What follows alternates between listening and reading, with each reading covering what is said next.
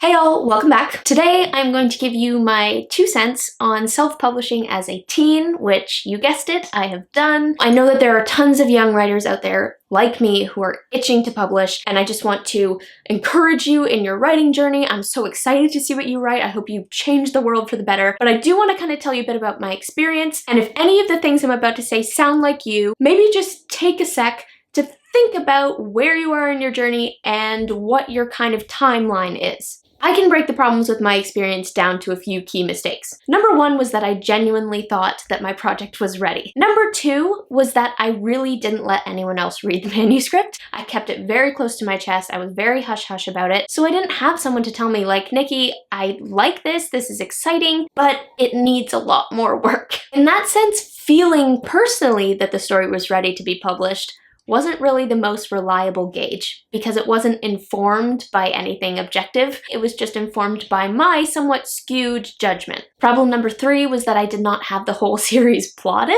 which would not be a problem for everyone. Some people are more discovery writers, that's how they do it. But for me, I realized pretty quickly once I tried to write the second book that there were so many things in the first one that I really needed to fix or needed to totally blow up in order to make the second one work. Because the thing was, the book that I had published was a draft. The whole story was still being developed, things were still changing. So if you want to publish the first book in a series, but you don't know exactly where the series is going, I would suggest maybe doing more of that legwork first and figuring out whether you are in that developmental stage where things can still change a lot, or if you want to commit to what you have. I've heard this in a few places and I think it's actually really good advice. Young writers and new writers, and whenever I say that, I include myself, we tend to get really excited and to come up with all these like huge ideas. Like, I want to write a 12-book epic fantasy series that rivals Lord of the Rings. Guilty. I have one in the works too. But I've heard a few experienced authors say it is best to start with something a little smaller scale because that's where you can really hone your abilities and you can apply the things you learn in that smaller scale project that allows you to sort of get from the beginning to the end quickly, make progress quickly,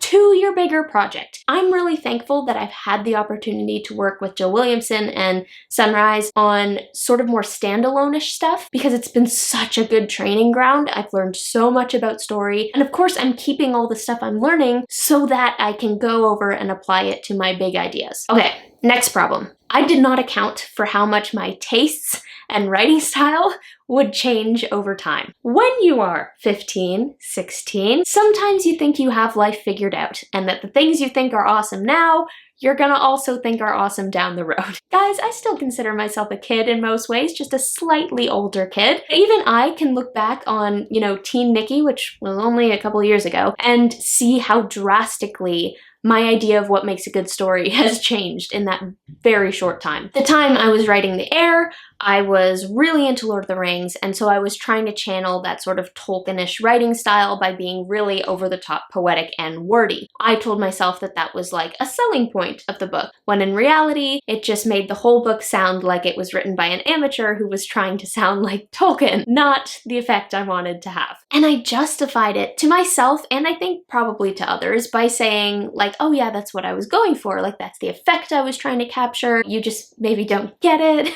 And I think that that is also kind of a rookie mistake that I see on social media sometimes too. I'll see newer indie writers or like self-published young writers justifying things in their stories that in reality don't need to be justified, they just need to be fixed. I can only recognize it because I've done the same thing, but now looking back, I'm like, Nikki, no, that character was just unlikable and it didn't work. No, that prose was just too dense and flowery and a sign of immature writing. My recommendation to myself, but also to anyone else who is in this boat, is to just be really brutally honest with yourself about problems with your story, about the things you don't know and the ways that you still need to grow. Be honest about the fact that you are in the early stages of your writing journey and that your tastes, your style, they're going to change over time. So don't be afraid to like ride out that growth a little more. Because if you give it more time, you will not only be a stronger writer, but you might have a better sense of what you don't know, which can also be helpful. Mistake number 5 was just not doing enough research about the process, the publishing process, the marketing process.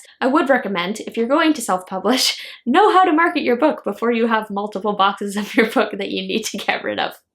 Finally, my biggest mistake. This is the big one. I felt this overwhelming sense of urgency and I allowed it to dominate me. I felt like I need to do this now while I'm young. It'll be more impactful if I'm young, more impressive if I'm young, and the longer I wait, the more I'll just, disappear in the masses of people publishing books, and I need to be like the author of Aragon, and it has to happen now, now, now. The cool thing about being a writer is that we only grow with time. The more we write, the better we get. And the really cool part is that in this stage that we're at, in that really young stage, a lot of that growth happens in a really short amount of time. Pumping the brakes on your projects so that you can learn more about how to write might not mean waiting 20 years. It might mean just give yourself another year or a year and a half or 2 years to do that like hardcore training, to stretch your muscles as a writer. And in that time, you might grow a ton and you might learn more about the things you still want to get better at before you tackle that project. Some caveats I want to acknowledge. I am not trying to say that you have to wait until you are like a perfect writer in order to write. That is not at all what I'm trying to say. The fact that you're still growing should not stop you from writing. The more you write, the more you grow. This conversation is more about the pressure to publish. I just want to make sure you feel and know that you have that room to breathe. You have that room to grow in your craft. And a lot of that pressure to publish isn't really real. It's just something we fabricate in our own minds. Also, if you're a young writer and you're traditionally publishing because an expert who knows what they're talking about